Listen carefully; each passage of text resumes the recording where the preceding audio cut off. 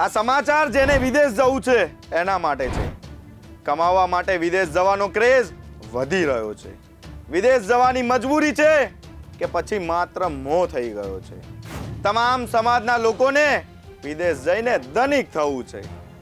જે દીકરાને તમે 25 લાખ ખર્ચીને બહાર મોકલો છો એ દીકરો વિદેશમાં સફેદ મજૂરી કરે છે. માની લો ગુજરાતમાં તમારો દીકરો પેટ્રોલ પંપ પર નોકરી નહીં કરે. તમારો દીકરો વિદેશમાં જઈને પેટ્રોલ પંપ પર નોકરી કરશે. આ બે તફાવત માત્ર રૂપિયાનો છે. એક સમય હતો જ્યારે વિદેશોમાં જવું સ્ટેટસ સિમ્બોલિક ગણાતું. આજે આ દેશો આર્થિક સંકળામણનો સામનો કરી રહ્યા છે. હવે વિદેશીઓનો ભાર સહન નહીં કરી શકે. આ સાચી હકીકત છે. દર વર્ષે મોટી સંખ્યામાં ગુજરાતી વિદ્યાર્થીઓ વિદેશ જતા હોય છે.